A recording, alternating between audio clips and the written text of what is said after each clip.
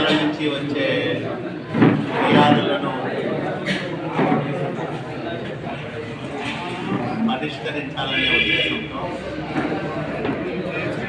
ప్రజా దర్బారు క్రమం తప్పకుండా రాయదుర్గం నియోజకవర్గంలో నిర్వహిస్తూ ఉన్నాం. ముఖ్యమంత్రి నారా చంద్రబాబు నాయుడు గారు, అలాగే విద్యాశాఖ మంత్రి నారా లోకేష్ బాబు గారు ఈ ప్రజా ఫిర్యాదులకు నాణ్యమైన పరిష్కారం చూపెట్టాలనే ఆశిస్తూ ఉన్నారు. దానికి తగ్గట్టుగానే శాసనసభ్యులకు ఎన్ని ఫిర్యాదులు వచ్చాయి, వాటిలో ఎన్ని పరిష్కారం అయ్యాయి, మిగతాటివి ఏ ఏ దశల్లో ఉన్నాయి, వాళ్ళకి ఇచ్చిన టైంలో పరిష్కారం చేసినవన్నీ, సమయం మించిపోయినా పరిష్కారం చేయలేనివన్నీ అనేది ఎప్పటికప్పుడు సమీక్ష చేస్తూ ఉన్నాం. నియోజకవర్గ ప్రత్యేక అధికారి దీనిపైన ఎప్పటికప్పుడు సంబంధిత అధికారులతో మాట్లాడుతూ వీటిని ఫాలో అప్ చేస్తూ ఉన్నాం.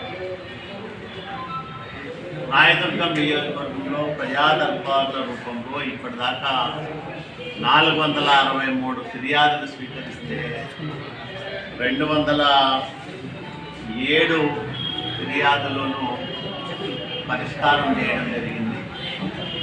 మిగతాటివి వివిధ దశల్లో ఉన్నాయి. సంబంధిత అధికారుల దగ్గర నియోజకవర్గంలో డివిజనల్ స్థాయిలో కావచ్చు, జిల్లా స్థాయిలో వివిధ దశల్లో ఆయా అంశాలు అధికారుల పరిశీలనలో ఉన్నాయి.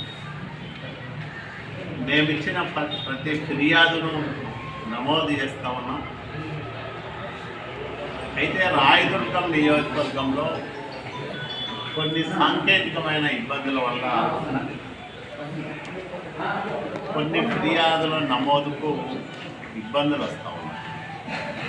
ప్రధానంగా మనము ఫిర్యాదుదారు పేరు, వాళ్ళ వివరాలను నమోదు చేసే క్రమంలో ఆధార్ నంబర్లు కొన్ని కర్ణాటక రాష్ట్రానికి సంబంధించినవి ఉంటా ఉన్నాయి.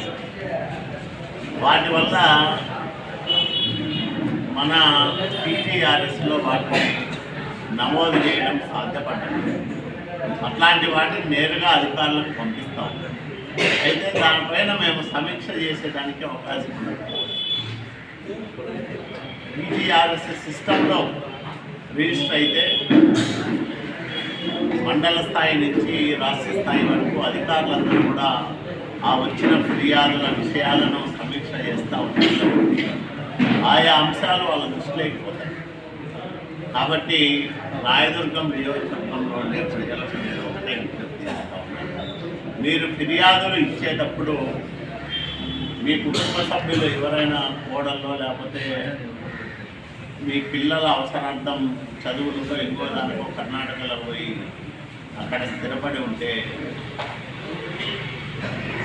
మీ కుటుంబ సభ్యులు ఎవరైతే ఆ గ్రామంలో ఉంటారో లేదా వార్డులో ఉంటారో వాళ్ళకు సంబంధించిన పేరుతో వాళ్ళ ఆధార్ నంబర్తో మీ ఫిర్యాదులను ఇవ్వండి. ఆ వచ్చే అంశాలు అధికారుల దృష్టిలోకి వెళ్తాయనే విషయాన్ని వాళ్ళకు నేను ప్రత్యేకంగా విన్నవించుకుంటాను. సాధ్యమైనంత త్వరగా వీటిని పరిష్కారం చేయడానికి ఎప్పటికప్పుడు అధికారులు మేమందరం కూడా ప్రత్యేక శ్రద్ధతో పనిచేస్తూ ఉన్నామని ప్రజానీకానికి నేను మనవి చేస్తాను.